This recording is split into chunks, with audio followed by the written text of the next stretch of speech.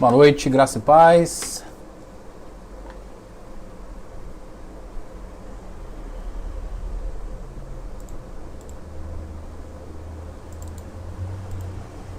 Vamos então para mais uma aula do nosso curso #SouFonte. Curso aí que a gente tem abordado as doutrinas básicas, né, da fé cristã e qual a visão da fonte de vida, né, acerca desses assuntos. Graças a paz, Elvis. Na semana passada eu estava em viagem, cuidando da minha mãe, por isso não tive condições de ministrar a aula. O pastor Cláudio ministrou aqui um outro tema, né, no meu lugar, me substituindo. Mas hoje a gente vai dar continuidade então aqui sobre esse tema tão importante, cristologia. Vamos falar da humanidade de Cristo. Na aula anterior eu falei sobre a divindade, ok? Graças a paz, Andréia. Graças a paz, pastor Cláudio. Aí você que está entrando agora 8 horas, entrei um pouquinho mais cedo. Se você já puder aí fazer aquilo que a gente sempre pede, né? Compartilhar, abrir uma sala de vídeo, indicar para os seus amigos. Que daqui a pouquinho a gente vai iniciar. Para aqueles que gostam de conferir os textos, sugiro você pegar um papelzinho, uma caneta, porque a gente vai ler bastante coisa hoje. Eu até falei com o pastor que essas aulas são bem ricas, né? Então é até complicado ministrar elas de uma maneira muito rápida, porque são muitos textos para a gente ler, para embasar o que a gente fala, né? Então não sei se você é assim como eu. Quando eu estou assistindo alguma aula, eu gosto de conferir todos os textos, ver se tudo aquilo que o professor está falando confere com a palavra de Deus, né? Tem que ser crente bereano, tem que conferir se está tudo na palavra mesmo, né? Então eu te aconselho a ser assim também. Então, para a gente ganhar tempo, né, te aconselho a você pegar um papelzinho, anotar e conferir depois, ok? E também até para anotar os pontos aí que a gente vai falar. Boa noite, graça e paz, Valcélia. Mais uma vez. Amém, vó. Obrigado.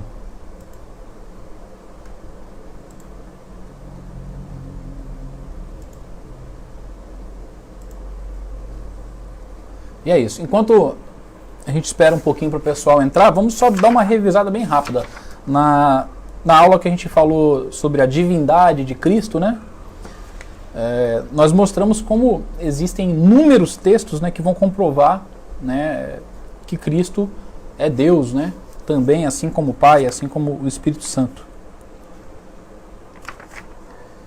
Falamos sobre como seus nomes, né, e os seus títulos revelam caráteres dele como Deus, né? Também revelam, fala muito das funções que ele veio cumprir, né? Falamos sobre a sua natureza divina. Ele tem vários atributos, né, que a gente vai encontrar na pessoa de Deus: a eternidade, a onipotência, a onisciência, a onipresença. Falamos sobre o seu ensino, que o seu ensino era do Pai, né? E era um ensino que ele falava em seu próprio nome, né? Ou seja, diferente dos profetas que geralmente, e os homens, né, daquela época comuns, sempre utilizavam um assim diz o Senhor antes de proferir alguma palavra, né? Cristo não, ele sempre falava em seu próprio nome, atestando que ele era Deus, né? E falamos também sobre o seu poder, né? Ele fez várias demonstrações do seu poder como Deus. Curou, acalmou a tempestade, multiplicou os pães, ressuscitou pessoas da morte, fez paralíticos andar, fez cegos enxergarem e assim vai. E falamos da importância de crer, né, de entender e crer que Cristo é Deus. E hoje vamos falar sobre a humanidade. Boa noite quem chegou depois aí, ó. Meriellen, graças paz. Liu, graças paz. Paulo Joey, meu camarada. Brunella. E é isso. Então, sem mais delongas, vamos orar, pedir para Deus continuar falando aos nossos corações, né? Continuar porque eu já estive aqui com vocês, com alguns aqui na parte da manhã, né? fazendo devocional, então vamos continuar aqui refletindo na palavra de Deus. Senhor Deus, amado Pai, quero te agradecer por esse dia, te agradecer, né, pelo teu cuidado conosco até aqui, te agradecer por cada vida que está da sua casa, do seu lar, ou de onde quer que esteja, né, que está assistindo essa aula, essa live. Peço que o Senhor, através do teu Espírito Santo, venha nos conduzir, falar aos nossos corações, que possamos entender e aprender mais de Ti, e crescer não apenas no conhecimento intelectual, mas no conhecimento sobre o Senhor, né, pois nós carecemos muito disso. Muito obrigado mais uma vez, em nome de Jesus, amém. Bom, fala Christopher, graça e paz, querido. Então, Cristologia, vamos falar sobre a humanidade de Cristo. Quero, antes de mais nada, ler um texto para a gente abrir aqui a nossa aula. João capítulo 1, versículo 14, tá? Diz assim a palavra de Deus, João capítulo 1, verso 14. Aquele que é a palavra tornou-se carne e viveu entre nós. Vimos a sua glória, glória como do unigênito vindo do Pai, cheio de graça e de verdade. Então esse texto aqui está falando claramente de Cristo, aquele que é a palavra, né? E viveu entre nós, né? Ou seja, ele encarnou. Nós vamos falar hoje, como já foi dito, como já foi anunciado, sobre a humanidade de Cristo. Então esse texto já começa confirmando isso, né? Tornou-se carne e viveu entre nós, né? E Jesus, ao nascer do ventre de Maria, ele se fez homem, é um Deus que se fez homem. E é importante a gente frisar, observar que ele não era parte humano e parte divino, né? Nós falamos um pouquinho sobre isso no finalzinho da aula, né? Da aula passada, e hoje a gente vai pegar o outro lado, né? Nós falamos da divindade e no finalzinho da aula nós falamos sobre alguns problemas que surgiram no decorrer da história acerca da natureza divina de Cristo, né? E existe também alguns problemas acerca da natureza humana. Na realidade, ficavam sempre isso, né? Se Cristo era homem, se Cristo era Deus, se ele era só Deus ou se ele era só homem, enfim, como que era isso, né? E no livro do José Roberto Chagas, né, Manual de Capacitação Teológica, ele vai mostrar que Cristo ele tinha aspectos, né, de um ser humano. Ele diz o seguinte, ó, Jesus era portador de características pertinentes ao ser humano. Jesus sentia fome, Jesus sentia sede, Jesus teve ansiedade, Jesus tinha vontade, tinha cansaço e Jesus tinha desapontamento. A gente vai ver, inclusive, não vou ler alguns textos, vou só citar, depois vocês conferem, em Marcos 2,16, a gente vai ver os mestres da lei achando um absurdo Jesus comendo com os fariseus, os publicanos. Eles até questionaram como que ele pode comer, né, com os publicanos e os pecadores, né? Então, a gente vê Jesus, uma prática humana, ele estava comendo, se alimentando, né? Então, imagina aí, alguém que é Deus, mas também tem esse lado humano, e uma prova disso é que ele se alimentava, ele comia, né? Nós vamos ver também em João 4,6, quando Jesus passa por Samaria, né, exatamente na narrativa do encontro dele com a mulher samaritana, que é uma narrativa muito conhecida, nós vamos ver ali Jesus se sentindo cansado. O texto vai falar, Jesus, cansado da viagem, sentou-se à beira do poço. Então mostrando aqui um aspecto humano de Jesus. Então Jesus sentiu cansaço, né? Aí você consegue imaginar Deus cansado, né? Mas não foi o lado Deus que se cansou, foi o lado humano de Jesus que se cansou. Mas a gente está vendo aqui, só nesses dois textos, para a gente começar, que Jesus tinha aspectos, né, da natureza humana nele, né? E os evangelhos fazem questão de frisar. E Jesus não aceitou, por acaso, a incumbência, né, o dever de se tornar homem, de padecer, de morrer pela humanidade. Não foi por acaso, né? Tinha um porquê. Por quê? Veja bem, o que Jesus fez ao se tornar homem? Ele se colocou em primeiro lugar numa realidade de finitude momentânea. Pense comigo, Jesus é Deus.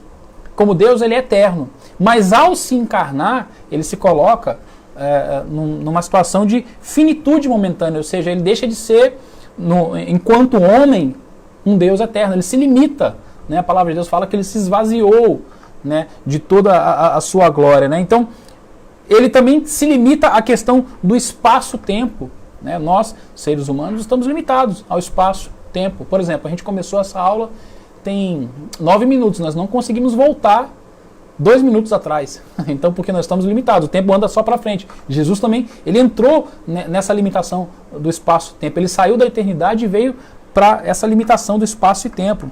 Jesus também se expôs à tentação. A tentação era algo inerentemente à natureza humana. A tentação com relação ao pecado mesmo, né? Mas ele não pecou, né? Que isso fique claro, a gente vai falar um pouco mais sobre isso. E Jesus não fez nada disso se tais riscos, né, se tudo isso não tivesse um porquê. Ou seja, Jesus não se permitiu passar por tudo isso se isso não tivesse um porquê. Ele só agiu assim porque só sendo Deus e homem ao mesmo tempo seria possível obter a salvação para a humanidade. Gálatas 4, de 4 a 5, diz assim: mas quando chegou a plenitude do tempo, Deus enviou o seu Filho, nascido de mulher, nascido debaixo da lei, a fim de redimir os que estavam sob a lei, para que recebêssemos a adoção de filho. Ou seja, Jesus não encarnou à toa. Teve um propósito, a sua encarnação teve um propósito, teve um porquê de acontecer, né? E o porquê está exatamente nesse texto de Gálatas, né? A fim de redimir os que estavam sob a lei. Só alguém que tivesse essas duas naturezas, divina e humana, conseguiria fazer isso. Então só Cristo seria capaz de cumprir, né, esse papel, de cumprir essa missão, né? E um dos aspectos que vão comprovar também a humanidade de Jesus é o nascimento virginal dele, né? Todo mundo sabe que Jesus nasceu de Maria, né? Maria estava virgem e ela gerou Jesus, né, através de um ato miraculoso ali do Espírito Santo. Ela foi gerada pelo Espírito Santo. E esse aspecto é um dos aspectos mais discutidos pelos estudiosos acerca da encarnação de Jesus. Ela aconteceu mesmo? Ela não aconteceu? Muitos estudiosos, por exemplo, vão tentar explicar e vão tentar explicar realmente como que se deu isso pela ótica grega, pela ótica helenística. O que os gregos acreditavam? Eles acreditavam que os deuses tinham relação, né, relação sexual com os humanos e dessa relação se gerava filhos. Um exemplo clássico, todo mundo já ouviu falar aqui de Aquiles, né, o herói grego que participou da batalha dos gregos contra os troianos, né? E Aquiles era tido como um semideus, porque ele era tido, o mito que se criou em torno de Aquiles é que ele foi gerado de uma mãe humana e um pai Deus, né? Essa crença entre os gregos era comum. Então, muitos tentaram explicar essa natureza divina de Jesus dessa forma, né? Como se ele fosse uma espécie de um semideus. Só que essa crença é facilmente refutável.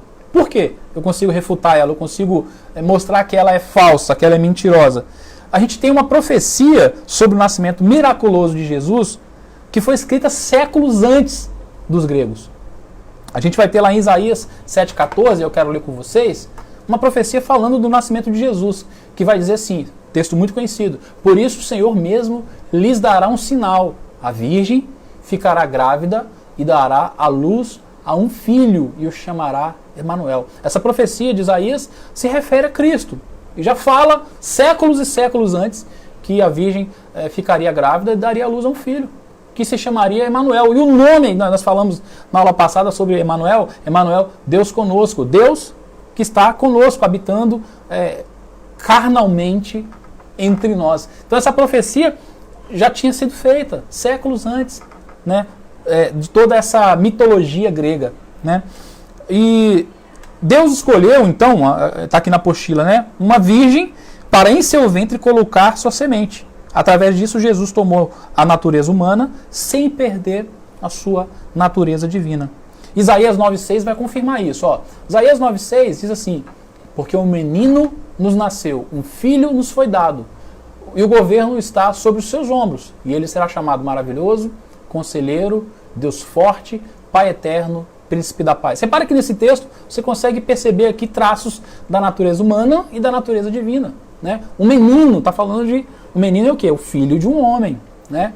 Mas depois, na segunda parte do texto, ele fala sobre características, atributos divinos, né, sobre Cristo. Ele fala Maravilhoso, Conselheiro, Deus Poderoso, Pai Eterno, Príncipe da Paz. Então aqui mostra exatamente, confirma também essas duas naturezas. Ou seja, ao nascer da Virgem, Jesus tomou ali a natureza humana, né? E ao se fazer o verbo, né, Jesus demonstrou profundo amor pela humanidade, né? Uma humanidade pecadora, uma humanidade que carece, né, carece do amor e do sacrifício de Cristo. Caso contrário, nós estaríamos realmente perdidos, né? E através da sua humanidade, ou seja, através desse ato de Jesus se tornar humano, ele foi capaz de entender como é que os desejos e as paixões do homem e mostrar, né, que Deus tem o poder para restaurar essa humanidade, né? Então, Jesus se identificou, mais à frente a gente vai ler um texto de Hebreus que vai falar que ele se identificou conosco, ele se identificou com a nossa humanidade, né? E a Bíblia registra tudo, né, acerca de Jesus? Não registra tudo. A gente sabe que Jesus ele viveu 33 anos, alguns estudiosos vão falar 33 anos e meio, alguns vão falar 34, mas o consenso é nessa faixa aí, de média de 33 anos. E o seu ministério durou 3 anos e meio. Vamos trabalhar com 3 anos aqui, porque tem sempre essa discussão aí, né, se foi 3 anos e meio. Né? Então o seu ministério, o tempo que ele pregou, que ele curou, que ele ressuscitou mortos, que ele fez milagres, sinais e maravilhas, durou 3 anos e meio. Acerca desses 3 anos e meio, nós vamos encontrar várias narrativas nos evangelhos contando detalhes do que ele fez, não tudo, porque o próprio João diz que nem tudo que Jesus fez e falou foi registrado, porque senão não caberiam livros, né? Não teriam livros que caberiam colocar tudo, escrever tudo, né? Então, mas ali você vai encontrar muita coisa do que Jesus fez, né? E os outros 30 anos? Nós não vamos encontrar quase nada na Bíblia falando. Esse é chamado do tempo de silêncio sobre a vida de Jesus. Não tem detalhes. Não tem nada, pastor? Não, tem alguns detalhes. Quer ver? Você vai encontrar nos evangelhos 5 acontecimentos falando sobre a infância até o período ali dos 12 anos de Jesus.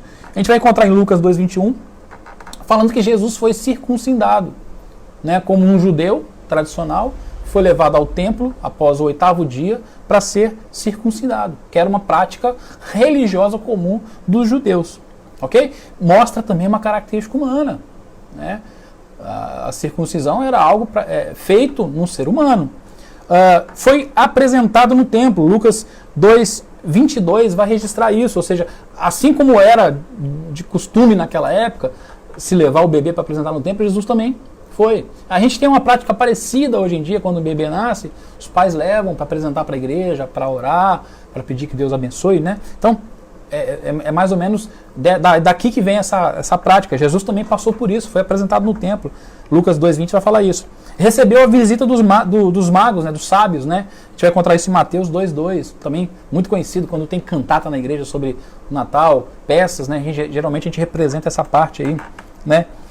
Mateus 2:13 a 15 vai falar da fuga dele para o Egito, quando Herodes quis matar, né? Quis matar as crianças que tinham mais ou menos a idade dele. José então pega Jesus com Maria e foge para o Egito para guardar a vida de Jesus, mostrando também um aspecto humano dele, que Herodes poderia, se ele não tivesse sido orientado por Deus através de sonho, Herodes poderia ter matado Jesus, né? E outro ponto interessante é que ele deixou maravilhados os doutores da lei aos 12 anos. Olha só que interessante, Jesus, aos 12 anos de idade, deixou maravilhado os doutores da lei, os mestres da lei, aqueles que eram entendidos. Foi naquele episódio onde os pais de Jesus perdem Jesus e ficam um tempo procurando ele e encontram ele no templo discutindo, falando sobre a lei ali. E os mestres, o texto diz que ficaram maravilhados com a sabedoria de Jesus, com apenas 12 anos. Né? Ele falava com tamanha autoridade, com tamanha sabedoria, com tamanho conhecimento. Mas esses são apenas esses 5 acontecimentos que nós vamos ver registrados nos evangelhos acerca desse período aí do nascimento de Jesus até 12 anos de idade. Depois não se fala disso. Aí talvez você pode perguntar, mas por que não se fala? Porque desse período para lá Jesus teve uma vida humana como outra qualquer. Ele era filho de um carpinteiro, trabalhou nisso, né? Cresceu, estudou, passou por tudo como todo mundo passava. O ministério dele só se iniciou a partir dos 30 anos de idade, né? Então, mostrando, isso também comprova o aspecto humano dele, né? Mas não registra Você não vai encontrar um registro completo, uma biografia completa desde o nascimento dele até a morte dele. Você não vai encontrar. E é interessante que na Bíblia o título mais usado, pelo menos um dos mais usados por Jesus, por ele mesmo, para se referir a ele mesmo, é Filho do Homem. Esse título também mostra que ele queria enaltecer essa característica humana dele, Filho do Homem. Né? Poucas vezes Jesus usava o título Messias, ele evitava usar o título Messias, porque ao ouvir a palavra Messias, os judeus, né, eles interpretavam como realmente alguém divino, alguém enviado por Deus, algo sobrenatural. E ele queria mostrar o lado humano dele. Tanto que esse título, Filho do Homem, ele é usado mais de 65 vezes nos evangelhos. Né? Então, muitos teólogos acreditam que ele evitava usar o título Messias por conta disso, que ele queria enaltecer, né, essa característica humana dele. Né? E ele revela, como homem, alguns propósitos, né, do porquê, né, ele ter se encarnado. Por que ele se fez carne e habitou entre nós. O primeiro propósito de Jesus ter se encarnado é se revelar ao Pai. João 4,24, a gente não vai ler, vai dizer que Deus é Espírito. Né, o texto que fala, Deus é Espírito, importa que os adoradores que o adorem em Espírito e em verdade. Né? 1 Timóteo 1,17 fala que ele é invisível. Tem até o louvor que a gente canta, né? Ao Rei eterno, imortal, invisível, mais real. Essa canção, esse louvor, é retirado desse trecho de 1 Timóteo 1,17. Então, ao Rei eterno, imortal, invisível. Então, ele é Espírito invisível. Né? No Antigo Testamento, a gente vai ver várias manifestações de Deus, né? De diversas formas. A gente vai ver Deus se manifestando na sarça ardente que não se consumia. A gente vai ver Deus se manifestando na coluna de fogo. A gente vai ver Deus se manifestando como anjo do Senhor em várias ocasiões. Porém, essas manifestações não revelam por completo o caráter de Deus. Né? Só através da encarnação de Cristo é que a gente pôde conhecer a Deus. Foi uma forma de Deus se revelar. Ele revelou completamente a sua deidade. Né? A gente não leu um texto aqui, mas eu quero ler um texto rapidinho. Colossenses 2,9 fala: pois em Cristo habita corporalmente a plenitude da deidade. Esse texto também aqui mostra a divindade e a humanidade. Olha o que Paulo fala. Pois em Cristo habita corporalmente, corpo físico, carne, toda a plenitude da divindade. Ou seja, ele tinha um corpo, ele era humano, mas ele tinha a divindade dentro desse corpo, subsistindo ali em uma coisa só, de forma plena. Quando Paulo fala plenitude, Paulo queria mostrar exatamente isso, que Cristo ele era 100% Deus, mas ele também era 100% homem. Né? Às vezes é um pouco difícil para a gente entender isso, né? Pois nós não temos essa característica, mas Cristo era assim. Então, ele encarnou para isso, para revelar ao Pai. E através disso ele revelou alguns aspectos muito característicos de Deus. Seu poder, seu amor, sua misericórdia, sua justiça e compaixão. Jesus revelou, através da encarnação, cada um desses elementos que a gente acabou de citar. Outra razão, outro que mostra o propósito de Cristo ter encarnado é ele se identificar com o homem. Né? Não sei se você já fez a pergunta do por que Jesus viveu mais de 30 anos aqui na Terra, se em apenas 3 anos e meio, que a gente falou no comecinho, já foram suficientes para ele realizar a sua obra e cumprir a sua missão.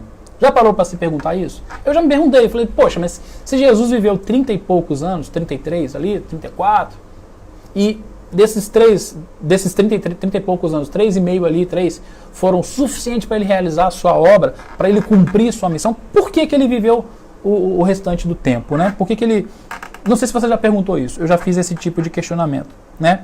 E a resposta está que era necessário que Jesus se identificasse com o homem. Se ele viesse só para cumprir, há 3 anos e meio cumpriu e voltasse, né, para o céu, para a presença do Pai, ele não se identificaria completamente com o ser humano. Então era necessário ele passar por tudo. Ele nasceu, ele foi apresentado no templo, ele foi circuncidado, ele passou por tudo o que o ser humano passa, né, até hoje. Então ele conhece as nossas paixões, ele conhece as nossas vontades, ele se identifica conosco. Isso é maravilhoso, isso é tremendo, porque a gente tem a certeza de que quando a gente sofre, Cristo sofre conosco, ele sabe o que é o nosso sofrimento. A gente tem a certeza de que quando a gente se alegra, ele também sabe, porque ele passou pelo mesmo sentimento. A gente tem a certeza de que quando a gente está ansioso, ele sabe, porque ele também ficou ansioso. Né? A gente tem a certeza de que quando a gente está cansado, ele também ficou cansado. Então ele sabe, ele se identifica, não é uma coisa distante. Então era necessário ele passar por esses 33 anos, 34 aí, para se identificar conosco. Isso é maravilhoso, saber que ele se identifica, que ele sabe o que eu estou passando, ele sabe o que você está passando. Ele se identifica com cada sentimento, com cada paixão, com cada limitação que nós temos, porque ele passou por isso. Só que ele não cometeu nenhum pecado. A grande diferença está aí, né? Mas Jesus, ele passou por tudo isso para compreender todas as lutas que nós passamos, né? E mostrar que é possível viver em santidade.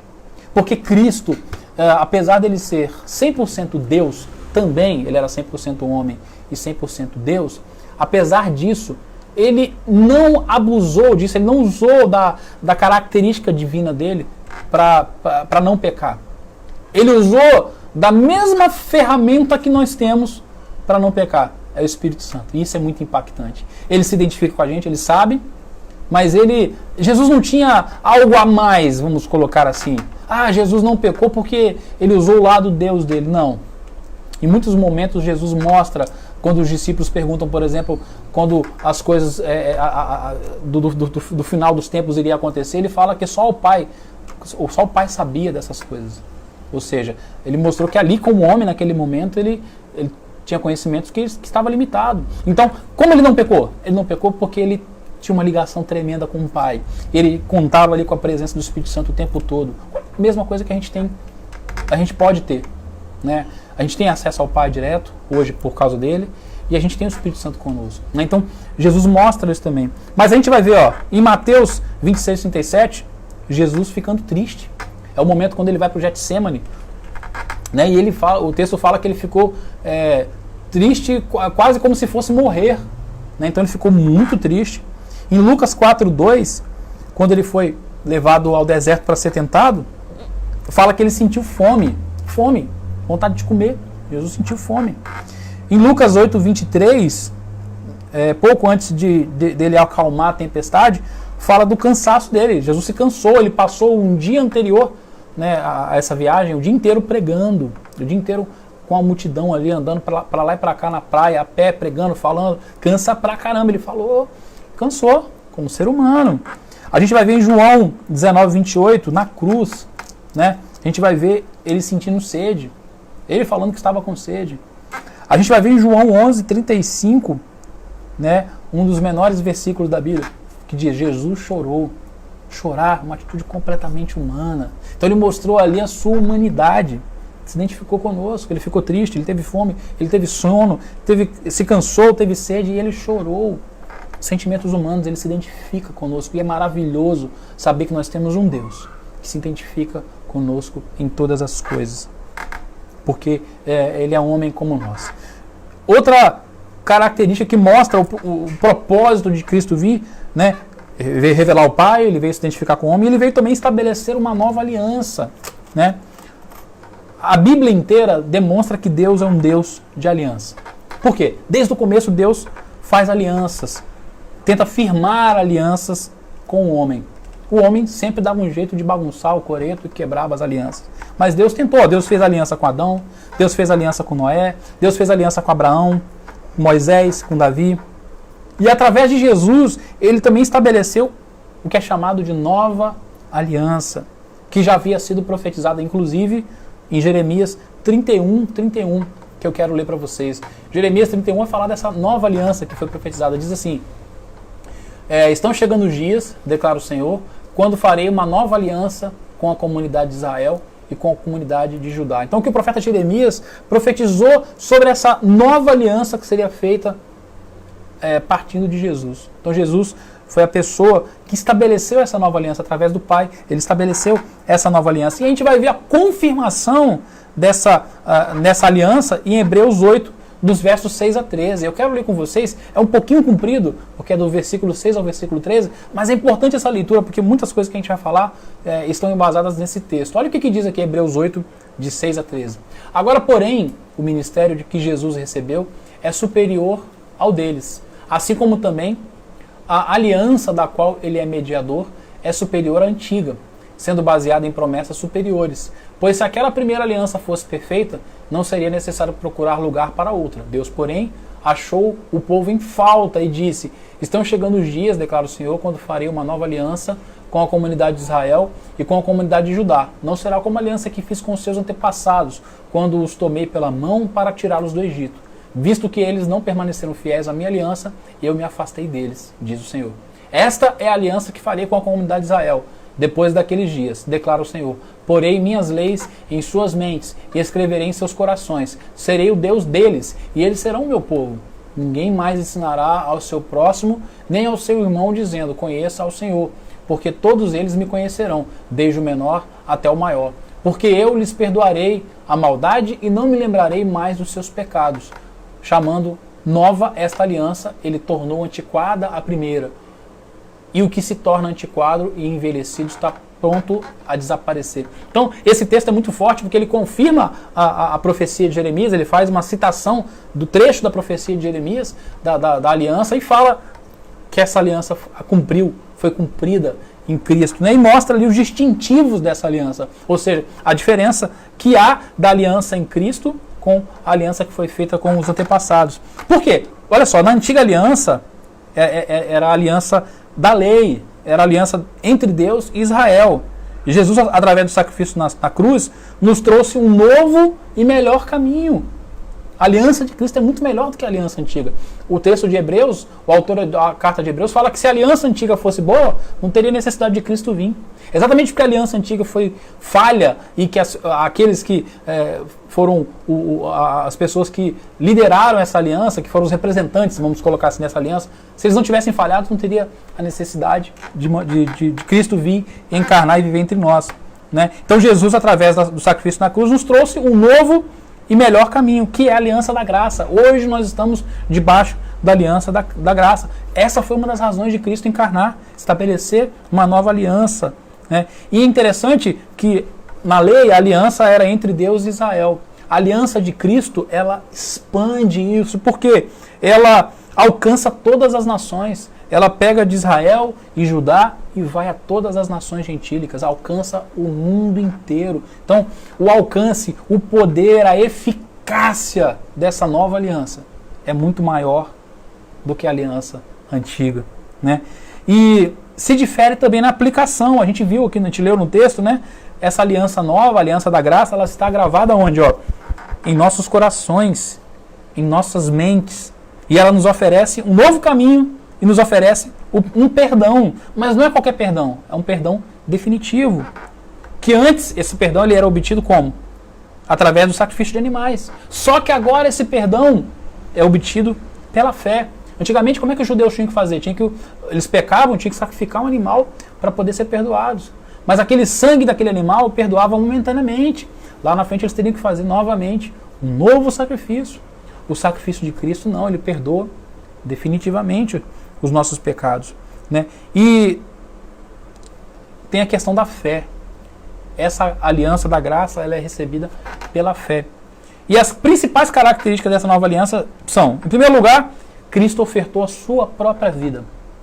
Não ofertou um animal estranho, mas ele se ofertou. Olha que amor, né? Ele ofertou o seu sangue, ele derramou o seu sangue, não o sangue de animais, né? O seu sangue apagou completamente os nossos pecados. E não só os cobriu, como era na aliança antiga. Porque na aliança antiga, o sangue do animal tinha um propósito de cobrir só ali os pecados, né? A arca da aliança, ela tinha, a tampa dela era chamada de propiciatório, e dentro dela ficava a tábua da lei. Nós, né, somos condenados pela lei. O sangue cobria, simboliza exatamente isso. Ele propiciava os pecados, ou seja, ele cobria os pecados, de forma que quando Deus olhava para a lei, o sangue não permitia, né, que Deus visse a lei. O simbolismo era exatamente esse. Só que esse sangue de animais, ele tinha um valor durante um tempo, ele perdia a sua validade. E como eu já falei, lá na frente tinha que se fazer esse sacrifício novamente. Com Cristo não. É um sacrifício só. Ele morreu uma vez, né? E essa uma vez já foi suficiente, não só para nos perdoar de forma completa, mas para perdoar toda a humanidade, né? Outra característica dessa nova aliança é que ela nos deu uma consciência perfeita e nos deu um perdão não transitório, mas um perdão eterno. Né? Isso é muito interessante. Nos levou também à presença de Deus. Naquela época, a gente vai falar um pouquinho aqui, o relacionamento do povo com Deus se dava com o sacerdote. O sacerdote era mediador, vai ser o próximo tópico que a gente vai falar. Né? Mas Cristo possibilitou livre acesso de nós para com Deus. Ele nos trouxe isso. Nós podemos hoje chegar na presença de Deus por causa dessa nova aliança. Né? Essa aliança também é uma aliança espiritual, é uma aliança interna, ela foi gravada em nossos corações, porque diferente da aliança anterior, ela era uma aliança carnal, né? Rosana, a Rosana colocou aqui, é estranho matar um animal para perdoar os pecados. É difícil falar isso hoje, mas tem toda uma explicação histórica e teológica. O que Deus quis mostrar era que não há perdão de pecados sem sacrifício, né? A gente pode, de repente, até fazer um dia uma aula explicando como que funcionava isso aí, o porquê, o que Deus quis mostrar. Na realidade, isso começou lá com Adão. Quando Adão e Eva pecaram, lá no Éden, né? O primeiro sacrifício que aconteceu foi Deus. Deus matou um animal para fazer uma roupa ali, né? Porque Adão e Eva se viram nus, perceberam que estavam nus e se esconderam de Deus. Então, naquele momento, Deus sacrificou, foi o primeiro sacrifício, né? Para mostrar exatamente isso. A gente pode um dia fazer uma aula específica para falar dessa questão, como funcionava e qual o simbolismo disso aí. É muito importante. Né? Mas continuando aqui, essa aliança também é eterna e não temporal. Porque, como eu falei, aquela aliança antiga era uma aliança temporal. Né? E o último propósito da encarnação de Cristo foi ser constituído sacerdote supremo.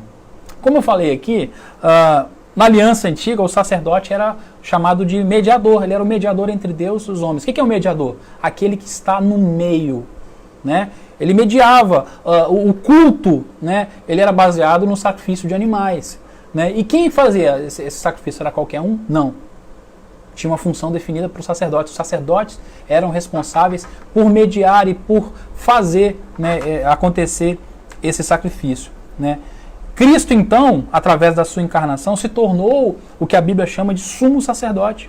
Ou seja, sumo sacerdote, ou sacerdote supremo, ou sacerdote principal. Hebreus 4,14 vai falar disso. Quer ver? Deixa eu achar aqui Hebreus 4,14.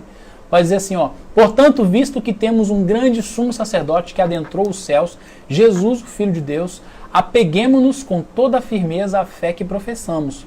Pois não temos um sumo sacerdote que não possa compadecer-se das nossas fraquezas, mas sim alguém que, como nós, passou por todo tipo de tentação, porém sem pecado. Assim sendo, aproximemo-nos do trono da graça com toda a confiança, a fim de recebermos misericórdia e encontrarmos graça que nos ajude no momento da necessidade. Esse texto é bem legal também, porque mostra a distinção do sacerdócio de Cristo.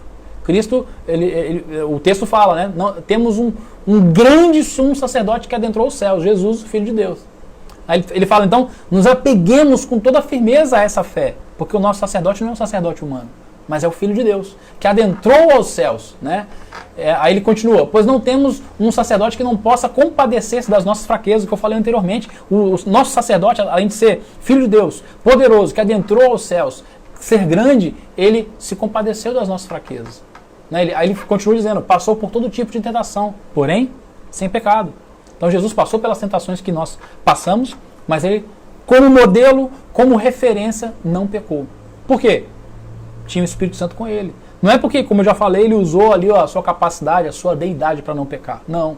Né? Então, assim sendo, aproximemo-nos do trono da graça. Então a gente tem que se aproximar confiando nisso. É exatamente isso que esse texto de Hebreus fala. Né? E Jesus foi provado, passou por provações, né?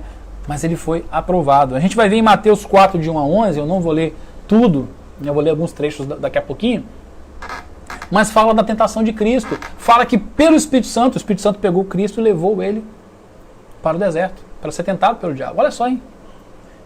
Foi o Espírito Santo que levou ele para o deserto. Fazia parte ali de todo o propósito de Deus. Né? Então levou ele, e a Bíblia vai dizer que Satanás o tentou nas 3 áreas principais das nossas vidas. Né? Quais são essas 3 áreas principais das nossas vidas? 1 João 2,16 vai dizer, diz assim 1 João 2,16, porque tudo que há no mundo, os desejos da carne, os desejos dos olhos e a soberba da vida, não procede do Pai, mas procede do mundo. Eu estava hoje conversando com a minha esposa sobre como essas 3 áreas aí, tudo que se refere à tentação, a pecado, a desejo, tem a ver com essas 3 áreas. Pode parar para perceber aí. Pensa comigo se tudo aquilo onde nós somos tentados, onde o diabo nos tenta, se não tem a ver com o desejo da carne, com o desejo dos olhos ou com relação à soberba. Tudo. Dinheiro, mulher, homem, poder, né?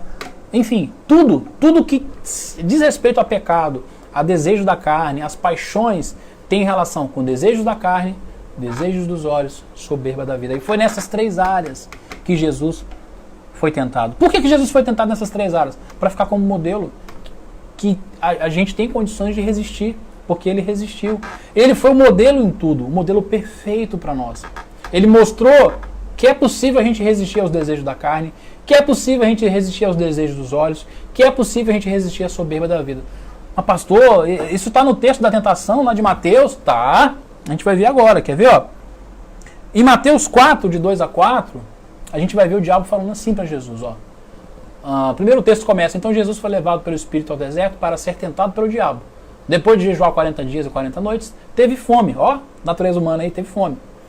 O tentador aproximou-se dele e disse, se você é filho de Deus, mande que essas pedras se transformem em pães. Mande que essas pedras se transformem em pães. O diabo sabia que Jesus estava com fome. Mas ele estava jejuando, ele precisava de passar aquele momento. Ele precisava passar por aquilo ali. O diabo tentou a ele aonde? No desejo da carne. Fome. Desejo carnal. Não tem como estar com fome? Ou você já fez jejum? Quem já fez jejum aqui sabe. Aliás, é uma coisa interessante, né?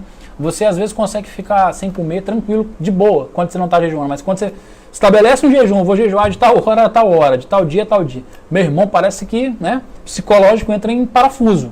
Você quer comer, você quer comer. Então, o diabo foi e tentou. Né? E já reparou que quando a gente está em jejum, quando a gente está sem comer, aparece um monte de gente oferecendo coisa para a gente comer? Foi o que aconteceu, o desejo da carne. Aqui representando todos os desejos da carne. E o que Jesus respondeu? Nem só de pão viverá o homem, mas de toda palavra que procede da boca de Deus. Jesus respondeu como? Com a palavra. Jesus não argumentou filosoficamente. Jesus não argumentou teologicamente. Ele argumentou com a palavra. Hoje, na hora do almoço, eu conversava com minha filha Pamela sobre isso, sobre como Jesus foi simples em tudo que ele falava e fazia. Né? Nessa tentação, ele respondeu o básico, a palavra, aquilo que todo mundo conhecia. Nem só de pão viverá o homem, mas de toda a palavra que procede da boca. A gente vai ver Jesus sendo tentado com relação à questão da soberba em Mateus 4, de 5 a 7. Mateus 4, de 5 a 7 vai dizer assim, então o diabo o levou à cidade santa, colocou na parte mais alta do templo e lhe disse, se você é filho de Deus, jogue-se daqui para baixo, pois está escrito, ele dará ordens aos seus anjos a seu respeito, e com as mãos eles o segurarão para que você não tropece em alguma pedra. Jesus respondeu, também está escrito, não põe à prova o Senhor seu Deus. Aqui fica claro que o diabo tentou Jesus na questão da soberba, na questão do orgulho. Ele desafiou Jesus. Você é filho de Deus mesmo? Então se joga daqui. E quantas vezes a gente cai nisso, né? Quantas vezes nós somos desafiados? Me lembrou quando eu era da escola, né? E os meninos desafiavam a gente caía direitinho.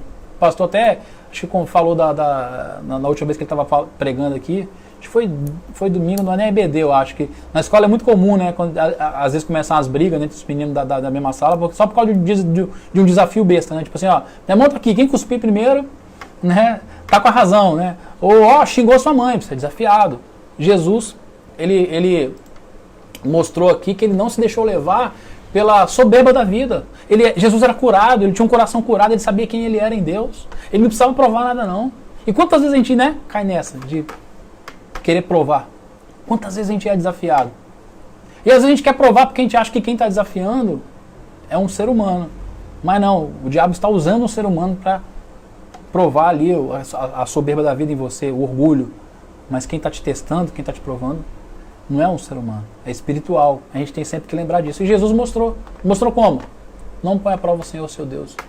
Porque Jesus sabia quem ele era, o Filho de Deus, ele não precisava provar nada para ninguém, né? E é tão difícil a gente viver assim, né? Sem essa necessidade de provar para os outros. O ser humano caído, ele tem essa tendência, essa necessidade, a tendência e a necessidade de sempre querer provar que ele é capaz, que ele pode, que é ele que faz, que ele é o bom. Desafiou, se o cara não está bem com Deus, ele vai querer fazer de tudo para provar. E aqui Jesus nos dá um exemplo também, né? E a próxima área que ele foi pecado foi no desejo dos olhos. Mateus 4, de 8 a 10, a gente vai ver o diabo mais uma vez tentando Jesus, falando o seguinte, Depois disso o diabo o levou a um monte muito alto, mostrou-lhe todos os reinos do mundo e o seu esplendor. E disse-lhe, tudo isso te darei se você se prostrar e me adorar. Eu não sei como que era essa cidade, mas fala que levou ele no alto da cidade, né? Um monte muito alto e mostrou todos os reinos do mundo. Eu não sei se essa visão foi uma visão apenas humana, uma visão apenas natural ali, ou se rolou alguma visão espiritual, porque fala que mostrou todos os reinos do mundo. Como que o diabo mostrou? Talvez teve ali uma visão meio que espiritual, né? Aquela coisa meio Matrix, sabe? Mas eu sei que o diabo mostrou todos os reinos do mundo e o seu esplendor. Mostrou o esplendor dos reinos. E o diabo falou, tudo isso te darei se você se prostrar e me adorar. E é interessante que Jesus não argumenta com o diabo. Jesus não fala assim, diabo, isso não é seu. Como é que você pode me dar? Né? Alguns estudiosos vão falar que realmente o diabo era dono desses reinos, já que a Bíblia fala que o mundo jaz no maligno, né? Então ele poderia dar, né? Mas eu não vejo nem dessa forma, eu vejo que Jesus não argumentou porque ele não caiu no papinho do diabo. O erro de Eva, lá no Éden, foi ter entrado com um papo com a serpente, foi ter conversado, batido papo. A serpente foi falar, mas Deus falou isso, não sei o que, Eva ficou de papinho com o diabo, sabe? É um outro ensinamento. Jesus, ele não ficou batendo papo não, ele era papo e era na palavra. E aqui o diabo tentou Jesus no desejo dos olhos, aquilo que ele viu. Nós também somos muito tentados nisso, naquilo que a gente vê. Pode reparar aí. A gente deseja aquilo que a gente não tem. Já reparou aí? A gente deseja. Quantas vezes quando a gente conquista, passa o desejo. Aí parece que a gente vive nessa... o que mantém a gente é o desejo, na realidade, né? Porque quando você conquista, por mais que, sei lá, você quer de repente comprar um celular, aí você deseja, você corre atrás daquilo, faz de tudo para ter o celular. Quando você tem, nos primeiros dias você mexe para lá, mexe para cá e faz tudo. Quando passa, depois daqui a pouco é um celular com outro qualquer, aí sai um novo celular e você quer comprar aquele novo celular. Por quê? Porque a gente é movido pelo desejo também. O pecado fez isso com a gente. E Jesus mostrou aqui, que ele também não se deixou levar pelo desejo dos olhos. E o que ele diz para Satanás? Retira, Satanás, pois está escrito, adore o Senhor, o seu Deus, e só a Ele preste culto. Então, Jesus foi tentado nessas três áreas. Nas três áreas. Desejo da carne, desejo dos olhos e soberba da vida. Que são as áreas que nós somos tentados. Pode parar para anotar, para perceber. Pensa direitinho, depois reflete nisso. Você vai perceber, realmente, a gente é tentado nessas três áreas. Todos os pecados são desdobramentos dessas três áreas, né? E ele venceu a tentação de que forma? Argumentando? Eu já falei? Não. Usou a palavra. Foi a única arma, foi a palavra. E essa mesma arma está disponível para nós. Agora, a grande diferença é que Jesus tinha intimidade com essa arma. Era papo, o diabo falava, ele citava a palavra. Porque o Espírito Santo estava com ele, ele tinha intimidade com a palavra. E também ele vivia o que pregava. Na aula passada nós falamos que o povo, quando ouvia Jesus ensinando, ficava admirado porque falava que ele ensinava como quem tinha autoridade. De onde vinha essa autoridade? Porque não viam nada de errado nele. Ele pregava aquilo que ele fazia, que ele vivia.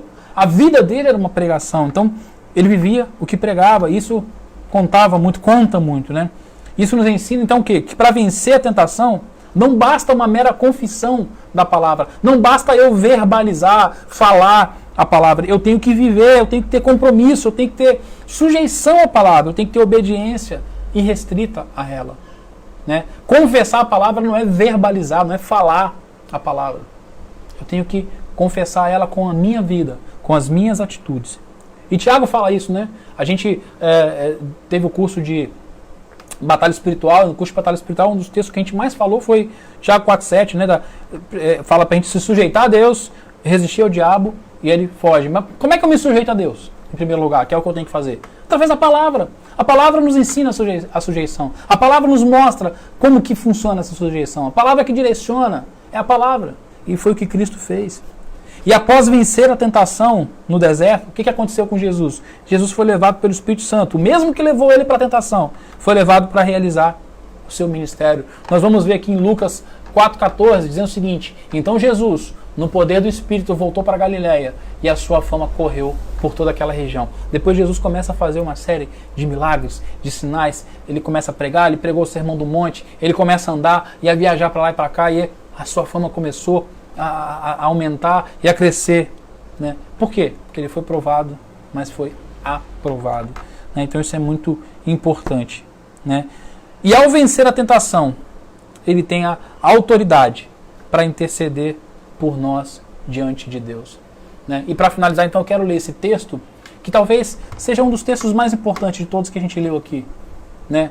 Vocês vão entender por quê. Ó, Hebreus 4, 15 e 16 diz assim: porque não temos um sumo sacerdote que não possa se compadecer das nossas fraquezas. Pelo contrário, ele foi tentado em todas as coisas, a nossa semelhança, mas sem pecado. Portanto, aproximemo-nos do trono da graça, com confiança, a fim de recebermos misericórdia e encontrarmos graça para ajuda em momento oportuno. Na última aula, eu falei da divindade, eu falei que a gente estuda essas coisas não é só para dizer que sabe, não é para alimentar o nosso intelecto, para dizer que eu sei sobre cristologia, eu aprendi sobre a divindade de Cristo, eu aprendi sobre a humanidade de Cristo. Não, isso tem uma implicância prática na nossa vida. Por que é importante eu entender que Cristo foi 100% homem? Porque aí eu entendo que ele se identifica comigo, que ele sabe o que eu passo. Ele passou pelas mesmas paixões, pelos mesmos desejos, mas ele não pecou. E além disso, como homem, ele foi modelo, ele foi referência para mim. Que é possível eu viver uma vida, eu ser homem e não pecar. Basta eu fazer o mesmo que ele fez. Ter intimidade com o Pai, usar a palavra, né? Ter intimidade com o Espírito Santo de Deus, andar segundo o Espírito. Como foi falado aqui algumas vezes, Cristo não usou, né, a parte de Deus dele para tirar vantagem disso. Não. Ele foi homem 100% e ele conseguiu cumprir a obra, a missão dele por isso. E esse texto é importante por quê? Porque nós fala que nós temos um sumo sacerdote que se compadece das nossas fraquezas. Ele está conosco, né? E ele foi tentado em todas as coisas, a nossa semelhança, mas ele não pecou.